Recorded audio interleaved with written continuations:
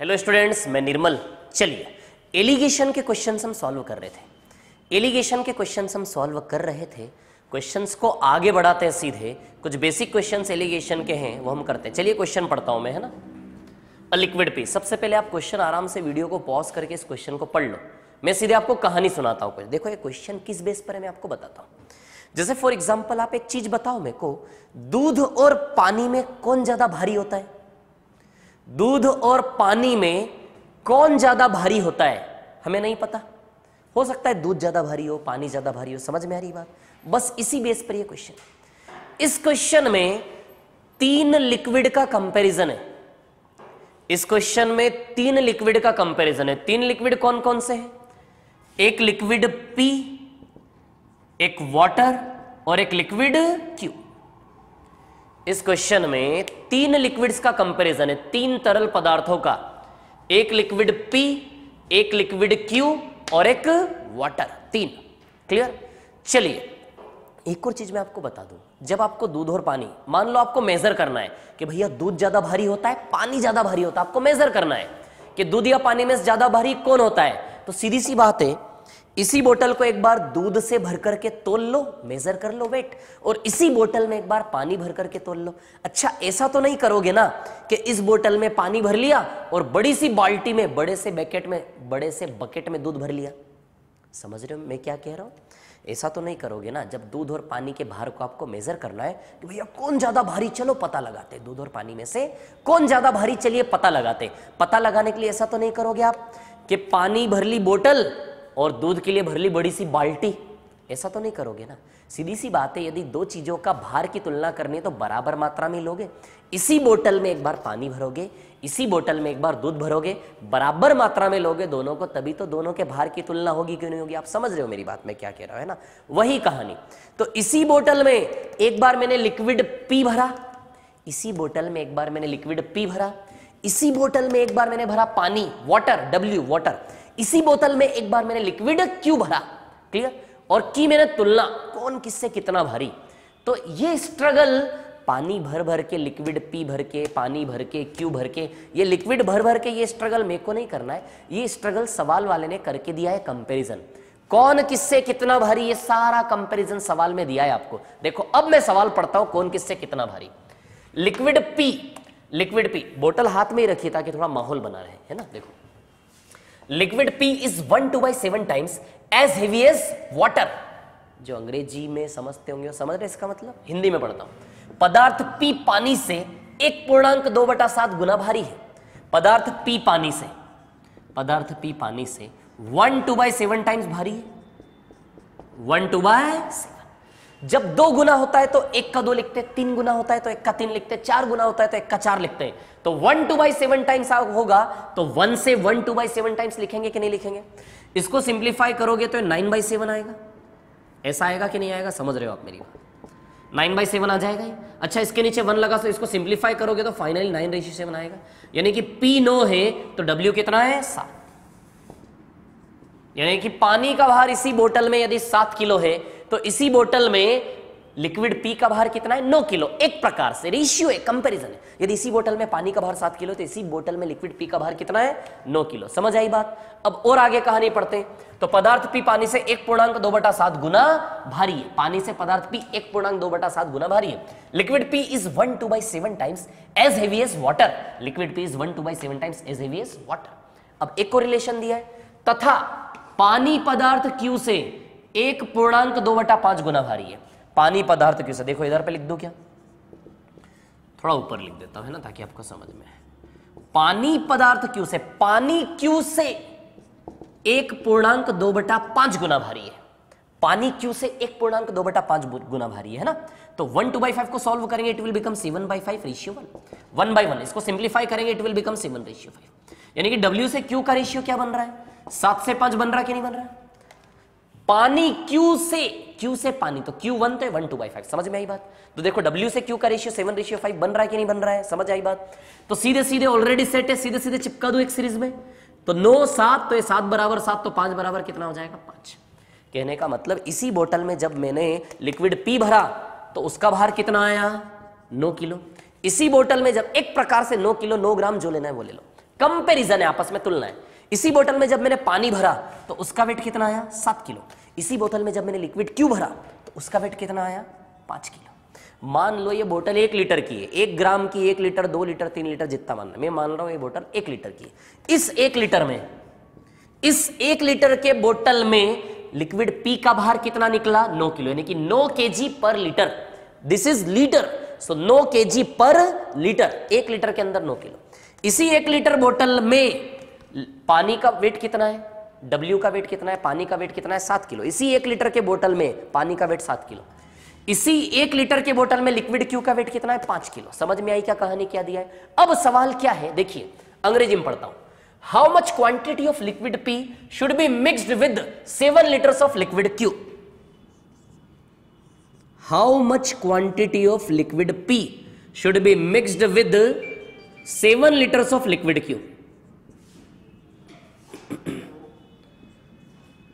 How much quantity of liquid P should be mixed with 7 liters of liquid Q। Hindi में पढ़ता हूं।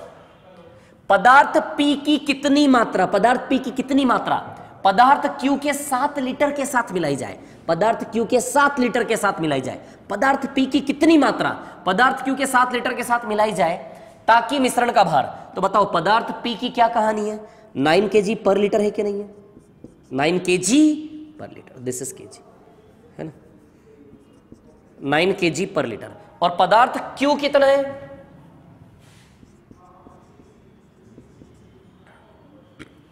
5 kg पर litre. इन दोनों को मिलाना है, मिलाकर के जो मिक्सचर बनेगा, मिलाकर के जो मिक्सचर बनेगा 9 kg पर लीटर लिक्विड P को मिलाना है और Q का क्या है 5 kg पर लीटर।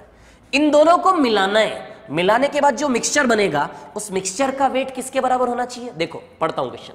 पदार्थ P की कितनी मात्रा पदार्थ Q के 7 लीटर के साथ मिलाई जाए ताकि मिश्रण का भार पानी के भार के बराबर हो। मिश्रण का भार किसके बराबर हो, पानी के भार के बराबर, है ना। तो पानी का भार कितना है 7 kg पर लीटर है कि नहीं है, यानी कि मिश्रण का भार हमें कितना चाहिए 7 kg पर लीटर। मिश्रण का भार हमें कितना चाहिए 7 kg पर लीटर। समझ में आई बात, क्लियर। तो चलिए लग गया एलिगेशन। 5 और 7 का अंतर कितना है 2, 9 और 7 का अंतर कितना है 2, यानी कि 1:1। एक और चीज समझ लो, प्रति लीटर तो रेशियो भी लीटर का ही आएगा। जब प्रति घंटा होगा तो रेशियो घंटे का, समय का आएगा। प्रति लीटर यानी कि रेशियो भी किसका आएगा लीटर का। लीटर यानी कि मात्रा का, क्वांटिटी का, यानी कि किस रेशियो में मिलाया लिक्विड P और लिक्विड Q 1:1 में। किस रेशियो में मिलाया लिक्विड P लिक्विड Q 1:1। यदि ये 1 बराबर 7 लीटर है तो ये 1 बराबर P भी कितना आएगा 7 लीटर। तो देख रहे हो लिक्विड P की कितनी मात्रा लिक्विड Q के साथ मिलाई जाए 7 लीटर। समझ में आई कहानी आप लोगों को, क्या सवाल की कहानी थी। ये सवाल करते समय लेकिन एक्चुअली अंडरस्टैंडिंग क्लियर नहीं होती है। वो अंडरस्टैंडिंग मैंने बोतल का एग्जांपल लेके क्लियर करने की कोशिश की, आपको समझ में आ गया होगा, ये मेरे को पूरा विश्वास है ना। चलिए अब अगले क्वेश्चन पे चलते हैं। चलो एक और सवाल लेते हैं, बहुत अच्छा सवाल है ये। In a zoo there are deers and ducks. एक चिड़ियाघर में हिरण और बतख है। हिरण और बतख, हिरण के कितने पैर होते हैं 4 पैर, बतख के कितने पैर होते हैं 2 पैर। ये क्वेश्चन को करने के कई तरीके, बहुत सारे तरीके हैं ना, ठीक है। चलिए मैं आपके सामने रखता हूं, ठीक है। कुल सिरों की संख्या, total number of heads are 180। 2 प्रकार के जानवर है हिरण और बतख। टोटल सिरों की संख्या, नंबर ऑफ हेड्स, सिरों की, एक जानवर का एक ही सिर होगा ना। सिरों की संख्या यानी कि जानवरों की संख्या हमें बता दी गई इनडायरेक्टली। तो 180 सर है, यानी कि जानवर भी कितने हैं 180, टोटल 180 है ना। 180 में से हिरण है, हिंदी में लिख रहा हूं है ना, हिरण है और बतख है, हिरण है और बतख है, ठीक।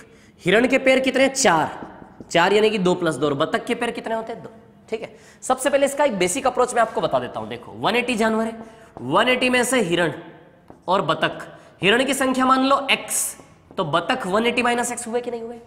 हिरण की संख्या मान लो x। बेसिक तरीका बता देता हूं पहले ना, ताकि आपके माइंड में सेट रहे। हिरणों की संख्या कितनी है x, और बतख की संख्या कितनी बची 180 - x। हिरण के कितने पैर होते हैं 4 पैर, 4 पैर 4 पैर 4 पैर 4 पैर, कितनी बार x बार। तो टोटल नंबर ऑफ लेग्स हिरण के कितने हो गए 4x। बतख के कितने होते हैं 2 पैर, 2 पैर 2 पैर 2 पैर 2 पैर, कितनी बार 180 - x बार। 2 पैर 2 पैर 180 - x बार। तो बतख के पैरों की संख्या हिरण के पैरों की संख्या मिलाओगे तो कुल पैरों की संख्या कितनी हो गई 448, दी है ना। 4 4 4 4 x बार 4x 2 2 2 2 180 माइनस x बार 2 इंटू 180 माइनस x। कुल पैरों की संख्या कितनी? 448। समझ में आई बात?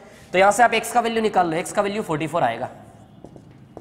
ये बेसिक फंडा, पुराना परंपरागत ट्रेडिशनल। क्लियर? अब मैं जिस अप्रोच की बात कर रहा हूं वो देखिए आप, है ना। हिरण के कितने पैर हो गए? 2 और 2 4, और बतख के कितने हो गए? 2। और इस प्रकार कुल पैरों की संख्या कितनी? 448। चलिए इस क्लास में एग्जांपल ले लेता हूं। इधर सारे हिरण बैठे, इधर सारे बतख बैठे, इधर सारे हिरण बैठे, इधर सारे बतख बैठे। हिरण क्या चिल्ला रहे? 4 पैर 4 पैर 4 पैर। बतख क्या चिल्ला रहे? 2 पैर 2 पैर 2 पैर। हिरण क्या चिल्ला रहे? 4 पैर 4 पैर 4 पैर। और बतख क्या चिल्ला रहे? 2 पैर 2 पैर 2 पैर। मेरे पास टोटल पैर कितने? 448 पैरों को मैं डिस्ट्रीब्यूट करता हूं इन लोगों में। 448 पैरों को मैं इन लोगों में डिस्ट्रीब्यूट करता हूं, है ना। मेरा 448, इधर से आवाज आ रही है, हिरण से आवाज आ रही है 4 पैर 4 पैर 4 पैर। बतख से आवाज आ रही है 2 पैर 2 पैर 2 पैर। तो मैं इन 448 पैरों को कुछ इस प्रकार इनमें बांटूंगा। बेचारे मांग रहे, हिरण मांग रहा है 4 पैर 4 पैर, बतख मांग रहा है 2 पैर 2 पैर। तो मैं इनको पैर दूंगा, बांटूंगा। लेकिन इन 448 पैरों को मैं कुछ इस प्रकार बांटूंगा कि मेरे को इनकी संख्या पता चल जाएगी कि टोटल 180 है ना। टोटल 180 में से हिरण कितने हैं, बतख कितने हैं। मैं कुछ इस प्रकार बांटने का तरीका है मेरा कि बांटते बांटते मेरे को पता चल जाएगा कि हिरण कितने, बतख कितने। चलिए इधर से आवाज आ रही 4 पैर 4 पैर 4 पैर, इधर से आवाज आ रही 2 पैर 2 पैर 2 पैर। टोटल कितने लोग? 180। मैं भेदभाव नहीं करूंगा। सबसे पहले बराबरी सबको कितना कितना बांटूंगा? 2 2 बांटूंगा। भेदभाव नहीं करूंगा। सबसे पहले मैं बराबरी सबको कितना कितना बांटूंगा? 2 2 बांटूंगा। तो 2 2 2 2 2 2 कितने लोगों में बांटूंगा? 180 में। 180 में मैं बांटूंगा 2 2 2 2 2। तो 2 2 2 2 2 180 बार। टोटल कितना बढ़ गया? 360। मैं भेदभाव नहीं करूंगा। ये 4 मांग रहे, 2 मांग रहे, मैं सबसे पहले 2 2 ही दूंगा सबको बराबरी से। तो 2 2 2 2 मैं हिरण को बांटूंगा और 2 2 2 2 बतख को भी बांटूंगा। तो 2 2 2 2 हिरण को, 2 2 2 2 बतख को। तो टोटल 2 2 2 2 कितनी बार बढ़ गए? 180 जानवरों में 180 बार। 2 2 2 2 बढ़ गए कि नहीं बढ़ गए? तो 180 बार 2 2 2 2 यानी कितना बढ़ गया? 360। 180 बार यहां से वहां तक हर एक जानवर को 2 2 दे दिया, कितना बढ़ गया? 360। 448 से 360 गया तो मेरे पास अभी भी कितने पैर बाकी? 88। बताओ ये 88 पैर किसका हिस्सा है? बतख के तो 2 2 हो गए ना सेटिस्फाइड। हिरण बेचारा अभी चिल्ला रहा है। हिरण को मैंने 2 2 दिया, हिरण को कितना चाहिए था? 4, यानी कि हिरण का ये 88 जो बचा ये किसका हिस्सा है? सोचो ना एक बार। अच्छा हिरण का है कि नहीं है? हिरण अब क्या चिल्ला रहा है? 2 2 2 2 चिल्ला रहा है। क्लियर?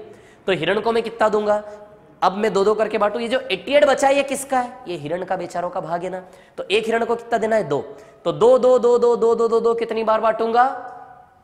अच्छा 88 में यदि एक को 2 2 में देता हूं तो 88 में कितने लोग कवर हो जाएंगे? 44 लोग कवर हो जाएंगे कि नहीं हो जाएंगे? यदि मैं 2 2 बांटता हूं और मेरे पास टोटल 88 है तो एक को यदि 2 2 देता हूं तो 88 में 2 2 यदि मैं बांटूंगा तो टोटल कितने लोग कवर होंगे? 44। यानी कि हिरण की संख्या कितनी है? 44। सो 88/2 कितना आएगा? ये 44। सो हिरण की संख्या कितनी हो गई? 44। यदि 44 हिरण है 180 में से तो 44 माइनस करो 180 में से तो बतख कितने बचे? 136। तो ये हिरण और ये बतख। समझ में आई क्या बात? 2 2 2 2 करके बांटा, 180 इंटू 360 बढ़ गया। मेरे पास बचा 88। ये 88 किसका है? बेचारे हिरणों का। एक एक हिरण को कितना देना है? 2 2 2 2 2 देना है। तो 88 में 2 2 2 2 करके कितना कवर करूंगा? 44 लोगों को मैं कवर करूंगा। समझ में आई बात? क्लियर है? ठीक है। तो 44 क्या है? हिरण। हिरण यदि 44 है तो बतख कितने बचे? 136। समझ में आई क्या कहानी क्या है? क्लियर है? तो ये कंसेप्ट इसका। और भी तरीके एलिगेशन वगैरह है लेकिन हमें जरूरत नहीं, ये तरीका बढ़िया है इसका। ठीक है ना? और भी तरीके इसमें लगा सकते हैं कई सारे, लेकिन इतना इनफ है, हमें क्वेश्चन का सॉल्व करना है। ठीक है ना? हो जाएगा काम। ठीक। तो आज मैं इतना ही वीडियो बना पा रहा हूँ, टाइम की थोड़ी सी कमी है। क्लियर? नेक्स्ट वीडियो में फिर हम और आगे बढ़ेंगे एलिगेशन में। So thank you very much for today. पसंद आया हो लाइक करो, सब्सक्राइब करो, शेयर करो। All the best. Thank you very much. All the best.